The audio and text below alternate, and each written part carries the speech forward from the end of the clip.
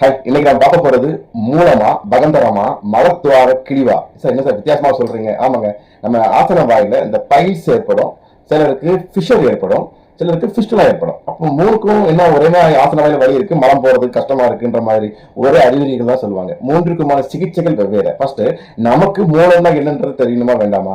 ஆசன வாய்கள்ல சின்ன சின்ன ரத்த நாளங்கள் வெயின்ஸ் எல்லாம் இருந்துட்டு இருக்குல்ல, அதுல அதிகமான அழுத்தத்தின் காரணத்தினால ஒரு புடைப்பு ஏற்பட்டு, சரிங்களா, சின்ன சின்ன சின்ன அந்த குமிழ்கள் மாதிரியான புடைப்புகள் ஏற்பட்டு, திராட்சை கொத்துகள் மாதிரி அந்த புடைப்புகள் காரணத்தினால அந்த மலம் போற இடத்துல வலிகள் ஏற்படுறதுக்கு பேர் தான் பைல்ஸ் சொல்லக்கூடிய மூலம். சரிங்களா, இது ஆயுர்வேதத்துல அஷ்டஸ் சொல்லுவாங்க. இந்த பீட்டமானது உள்ளுக்குள்ள இருந்துச்சுன்னா அது இன்டர்னல் பைல்ஸ், உள் மூலம்.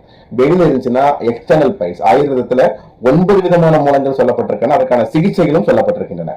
சரி சார், பைல்ஸ் பத்தி தெரிஞ்சுக்கிட்டேன். அடுத்தது நீங்க ஃபிஸ்டுலான என்ன? அதே ஆசனவாயில அந்த ஆசனவாய் துவாரம் இருக்கு இல்லையா, உள் துவாரத்திலிருந்து ஆசனவாய் பக்கத்துல பிட்டத்துல இன்னொரு துவாரம் வந்துடும்.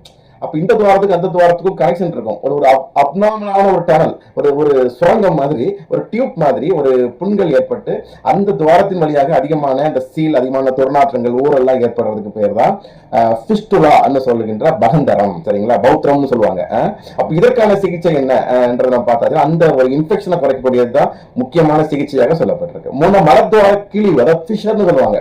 ஃபிஷர்னா என்ன? மலத்துவாரத்தில் அதிகமான அந்த ஆசன வாயில சில கிழிவுகள் ஏற்படுறதுனால ஏற்படுறது ஃபிஷர்ங்கிற. அப்ப அந்த இடத்துல மலம் போக ரொம்ப கஷ்டமா இருக்கும். எப்படி இது ஏற்படும்? சிலருக்கு வயிற்று கழிச்சல் காரணத்தினால ஏற்படும், அதிகமா ஸ்ட்ரெயின் பண்ணி மலம் இருக்கும் பொழுது ஏற்படும், திடீர்னு ஒரு அதிக அழுத்தத்தின் காரணத்தினால நமக்கு ஏற்படும் இந்த ஃபிஷர்ங்கிற கிழிவு.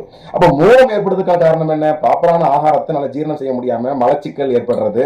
மலச்சிக்கல் ரொம்ப நேரம் டாய்லெட்ல உட்காந்து சார்ஜ் பார்த்துட்டு இருக்கிறது. சில நேரங்களில் கற்பம் தரித்த பெண்களுக்கு அந்த குழந்தை வயிற்றுல வளர வளர அழுத்தத்தின் காரணத்தினால ஏற்படுற அந்த ஒரு பைல்ஸ் நமக்கு பார்க்க முடியுது. அதனோடு சேர்ந்து நிறைய பேருக்கு நம்ம உண்மையிட்டு ஆகாரங்கள் ப்ராப்பரான உணவுகள் இல்லாம உடலுக்கு ஒத்து வராத உணவுகளை, அதிகமான மசாலாக்கள், காரம் சேர்ந்த உணவுகளை சாப்பிடுறது முக்கியமான காரணமா சொல்லப்பட்டிருக்கு ஆயுர்வேதத்துல.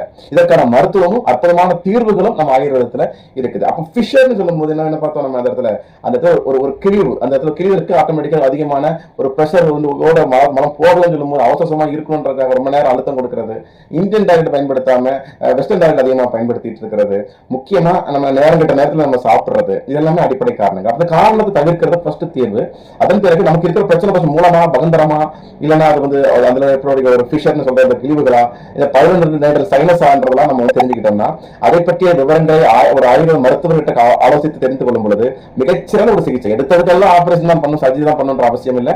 ஆரம்ப கட்டத்தில் கண்டறியும் பொழுது அற்புதமான சிகிச்சை மூலமாக நிச்சயமாக குணப்படுத்த முடியும். நம்ம ஜெய்கபிசா மருத்துவமனையில அற்புதமான சிகிச்சைகள் கொடுத்துட்டு இருக்கிறோம். மிகச்சிறந்த ஒரு நிறைய சர்ஜரியை நம்ம அவாய்ட் பண்ணிட்டு இருக்கிறோம். ஸோ ஆரம்பத்திலேயே வரும்பொழுது நல்ல மாற்றத்தை நிச்சயமாக நம்ம ஜெய்கபிசா மூலமாக அளிக்க முடியும் என்ற ஒரு மகிழ்ச்சியான செய்தியை பகிர்ந்து கொள்வதில் பெரும் மகிழ்வு அடைகின்றேன். உங்கள் அன்பு டாக்டர் சுந்தர் பரமாத்தலிங்கம். நன்றி.